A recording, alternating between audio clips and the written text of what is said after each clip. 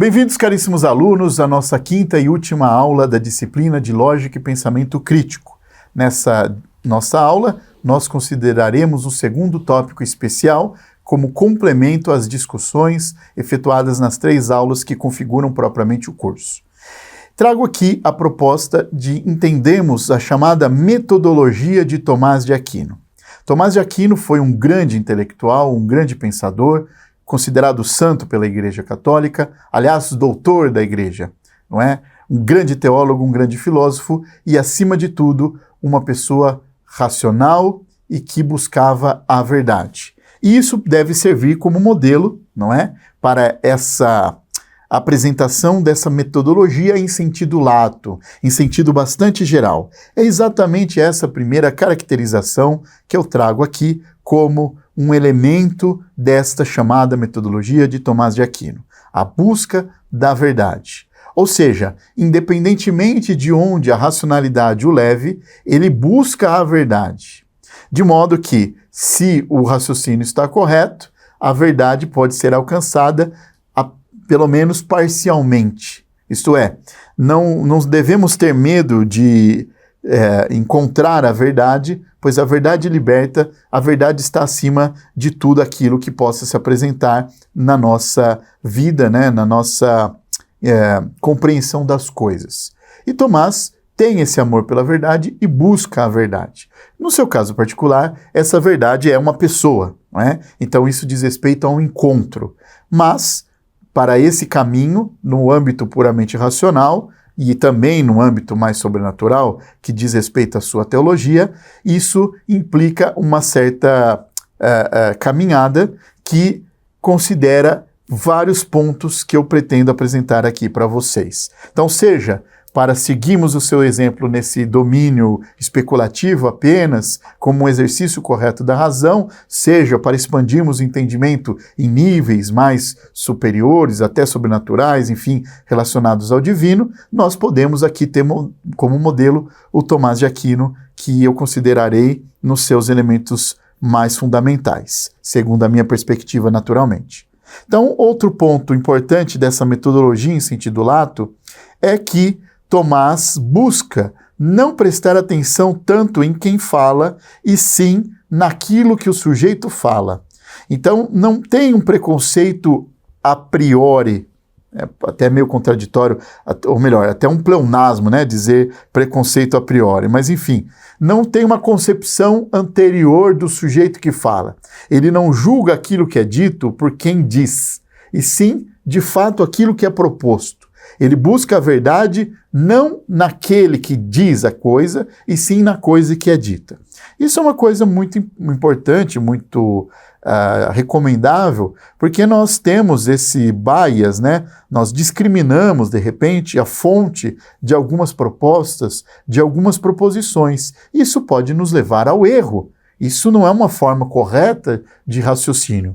Na verdade, nós podemos cair na falácia da autoridade, em confiar naqueles que nós temos uma simpatia, aqueles que nós admiramos, enfim, naqueles que parecem estar de acordo com aquilo que conhecem ou do qual são autoridade, ou podemos também cair na falácia do ad hominem, né? Nós atacamos ou julgamos o homem, a pessoa, e não aquilo que a pessoa diz. E Tomás busca e enfatiza a importância de nós prestarmos atenção naquilo que é dito, e não naquilo que diz, né? Ou melhor, naquele que diz. Isso está também em consonância com o chamado princípio caritativo. O que diz esse princípio caritativo? Um princípio da caridade, do amor, que tenta entender de fato aquilo que é dito, não é? Então, além de não julgar quem diz, ele tenta entender aquilo que é proposto, que é apresentado, os argumentos que são oferecidos. Esse princípio caritativo nos auxilia muito. Primeiro, não discriminamos o sujeito que fala, que propõe alguma coisa, e não discriminamos a proposta por não entendermos de forma adequada. Nós devemos buscar, portanto, compreender verdadeiramente o contraposto, aquilo que é colocado, de repente, contrário às nossas convicções, às nossas ideias, às nossas propostas, não é?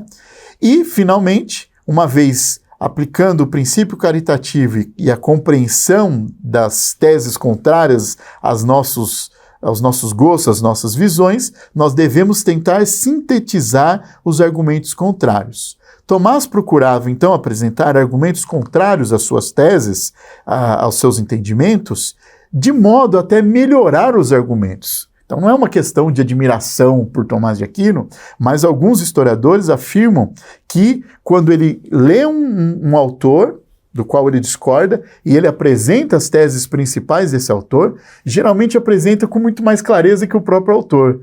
Então note que isso requer um esforço intelectual, um esforço caritativo, conforme mencionado, e uma capacidade de síntese de apresentação. E, inclusive, uma preocupação didática, né? Para poder, de fato, respeitar aquilo que foi dito, aquilo que foi proposto e apresentar para outros, inclusive, poder julgar de forma mais adequada. Finalmente, ele apresenta vários argumentos a favor das teses que ele propõe. Então, nós podemos encontrar nos textos de Tomás diversos argumentos sobre proposições que ele pretende provar como verdadeiras ou como evidentes ou ainda como possíveis ou prováveis.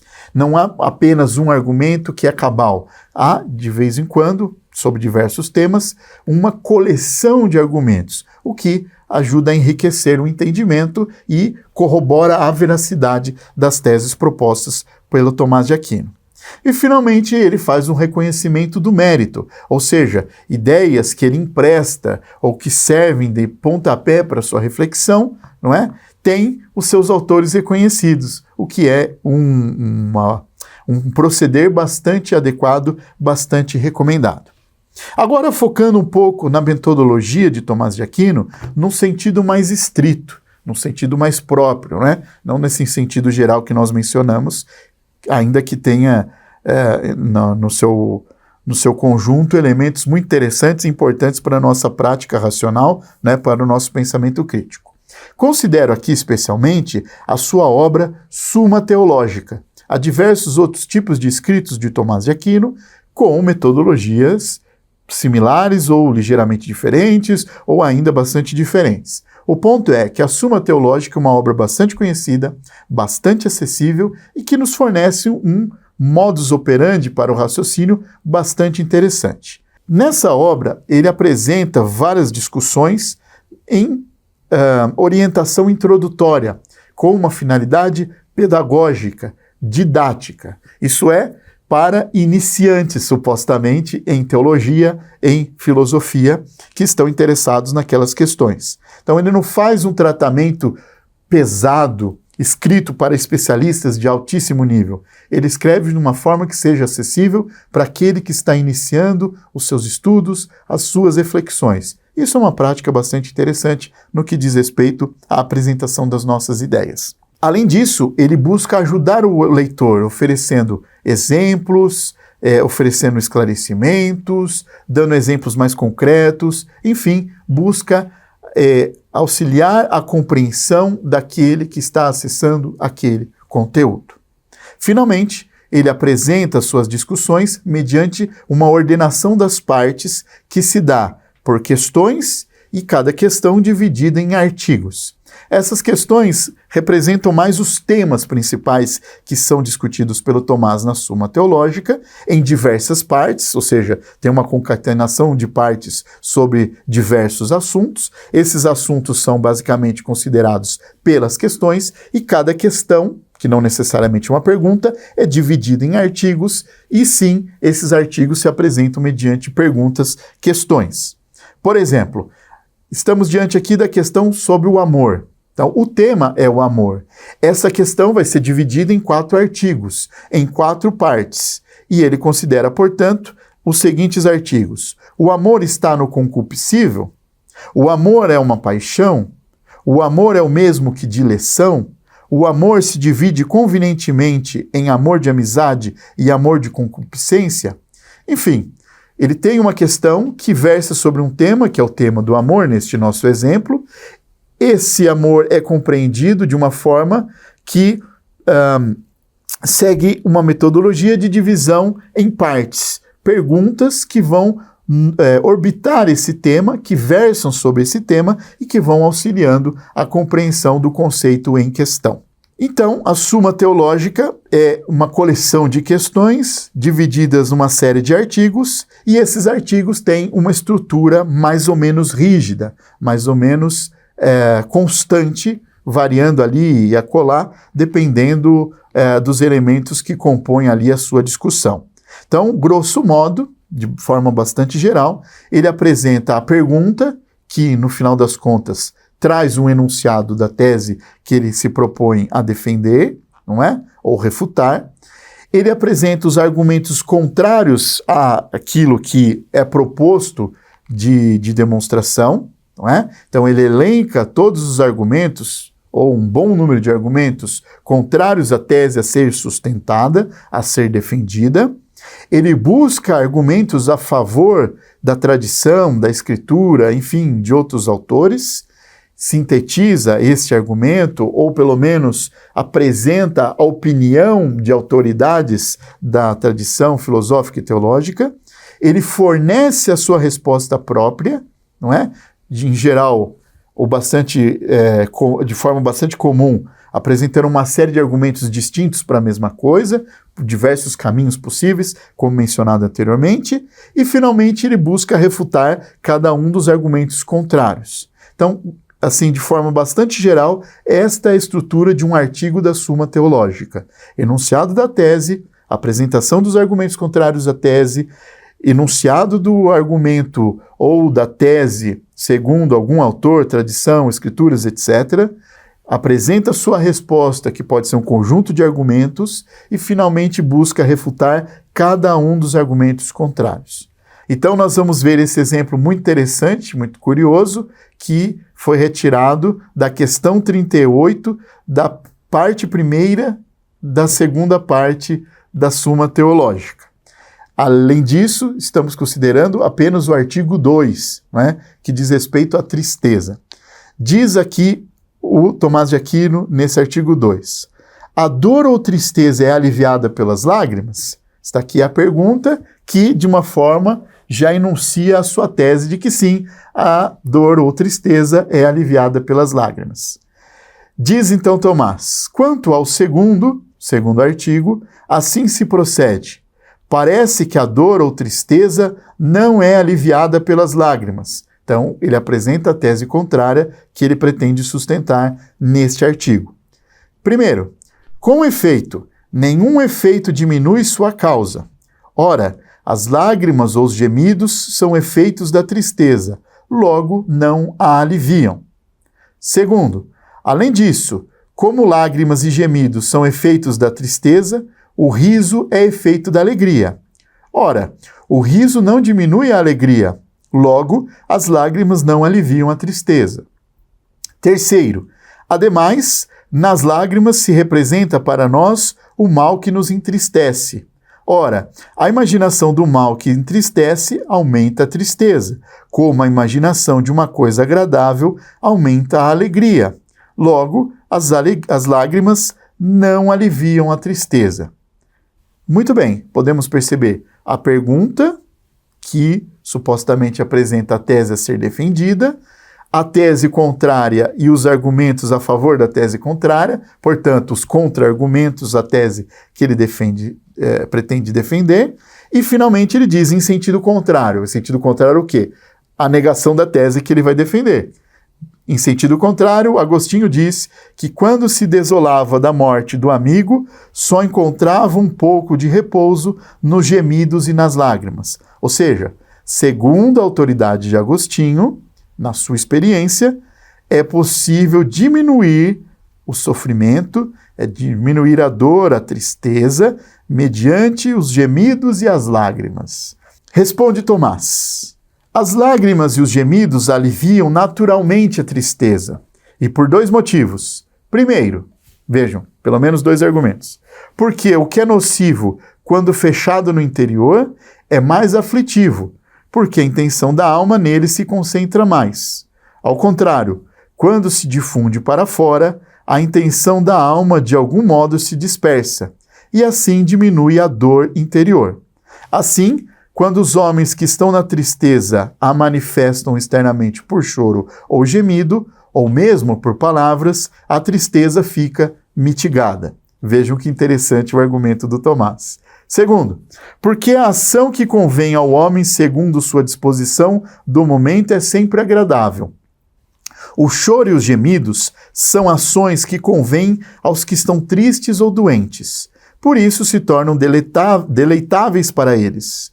Como todo prazer alivia a tristeza ou dor de certo modo, como foi dito em outro artigo de outra questão, ou da mesma questão, segue-se que pelo choro e pelos gemidos se alivia a tristeza. Então nós vemos aqui que ele apresenta pelo menos 2 argumentos a favor da tese de que o choro e o gemido, os gemidos, né, os suspiros, enfim, aliviam a tristeza de uma pessoa. Agora ele vai partir para a tentativa de refutação de cada tese contrária. Eu coloquei a tese aqui, mas na obra não aparece dessa forma, né? Então a tese contrária está enunciada aqui no canto superior esquerdo e, de fato, o que vem na sequência é exatamente o que está no canto inferior direito. Quanto ao primeiro argumento, ou contra-argumento, portanto, deve-se dizer que a relação de causa e efeito é contrária à relação do que entristece com o que fica entristecido, já que todo efeito é conveniente à sua causa, e por isso lhe é deleitável. Mas o que causa tristeza é contrário ao que a sofre. Por isso, a relação do efeito da tristeza com o que a sofre é contrária à relação do que entristece com o que fica entristecido. Isso faz que a tristeza seja aliviada pelo efeito da tristeza, em razão da oposição de contrariedade acima vista. Então notem que nós precisamos revisitar o argumento para entender a réplica ao argumento. Então nós temos aqui, com efeito, nenhum efeito diminui sua causa. Ora, as lágrimas ou os gemidos são efeitos da tristeza, logo não a aliviam. Então, Tomás sintetiza um argumento contrário à sua tese que diz que um efeito não diminui a sua causa. Nenhum efeito diminui sua causa, lágrimas e gemidos são efeitos da tristeza, portanto não podem diminuir a tristeza.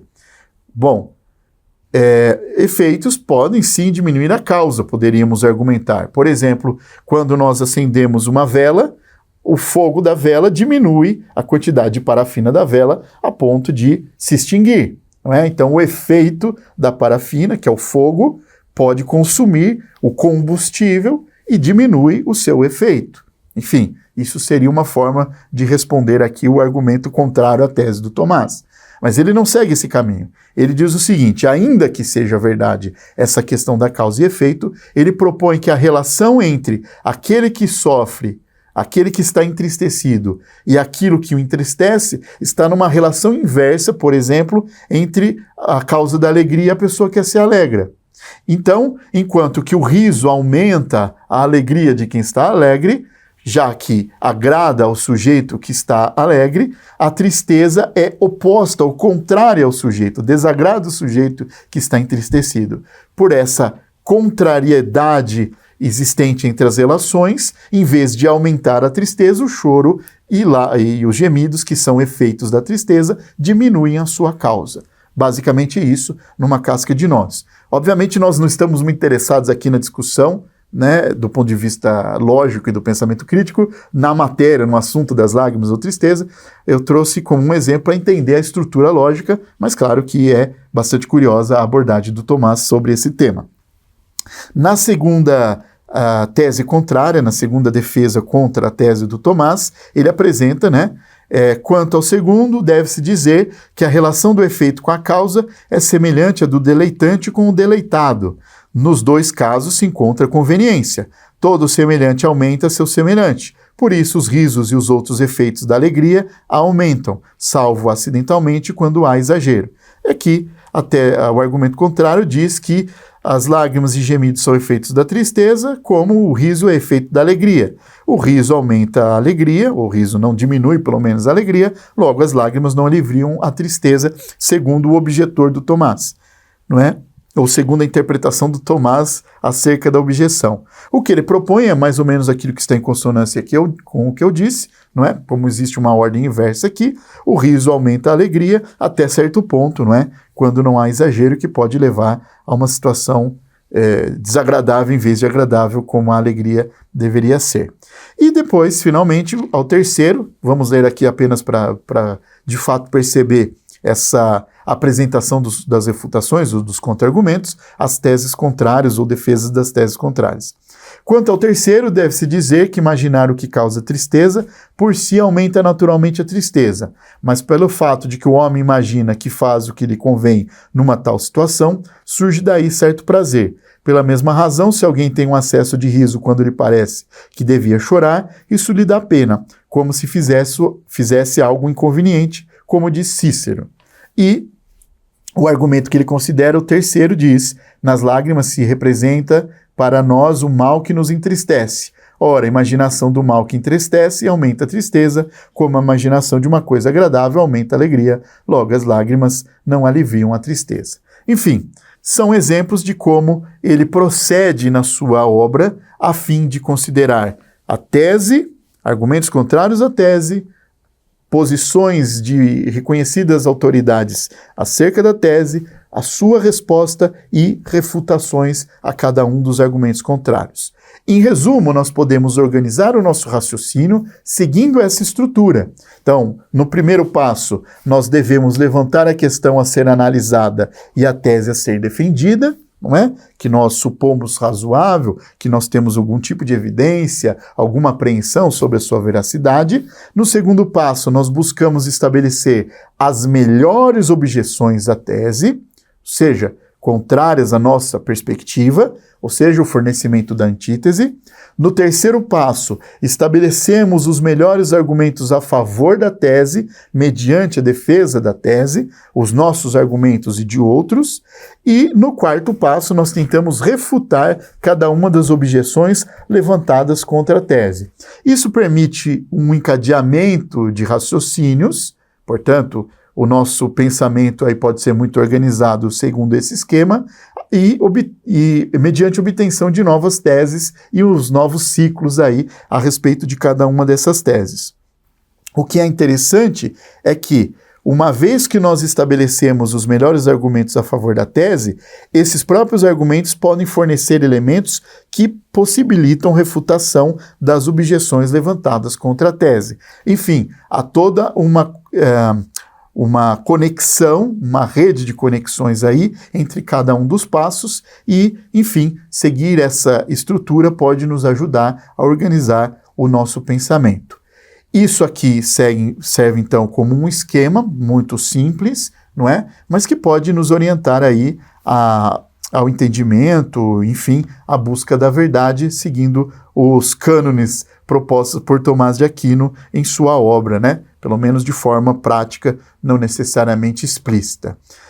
Hoje em dia, isso é utilizado na prática filosófica? Ordinariamente não, pelo menos do ponto de vista da publicação de artigos. Mas se nós considerarmos que certos autores publicam textos, artigos, livros, outros tentam refutar as teses defendidas pelo primeiro autor, que o segundo tenta replicar aos contra-argumentos, e há todo um debate acerca de vários temas, o que nós temos de forma dissipada, espalhada por vários textos, é uma estrutura bastante semelhante a esta apresentada por Tomás de Aquino. Então, quando nós estamos estudando alguma questão muito interessante, é valoroso buscar argumentos a favor e contra, a fim de determinarmos qual é de fato a verdade sobre aquele ponto estudado, sobre aquilo que estamos refletindo. Muito bem, além disso eu gostaria também de comentar que pelo menos uma obra segue essa estrutura, que é a Suma Filosófica do Peter Kreeft, um filósofo dos Estados Unidos, que constitui ali uma obra que segue muito de perto os cânones aí, o paradigma da Suma Teológica de Tomás de Aquino. Mas ele é uma exceção à regra, no sentido de publicar numa única obra uma estrutura, um texto que segue uma estrutura bem de perto, conforme a abordagem tomista ou tomasiana. Ok? Não é bastante comum encontrar esse tipo de texto, porém, como eu mencionei, de forma dissipada, nós temos exatamente esses 4 passos aí, espalhados, portanto, em vários autores, em vários tipos de publicação. No resumo, podemos organizar o nosso raciocínio seguindo os passos de tese, antítese, defesa da tese e refutação da antítese.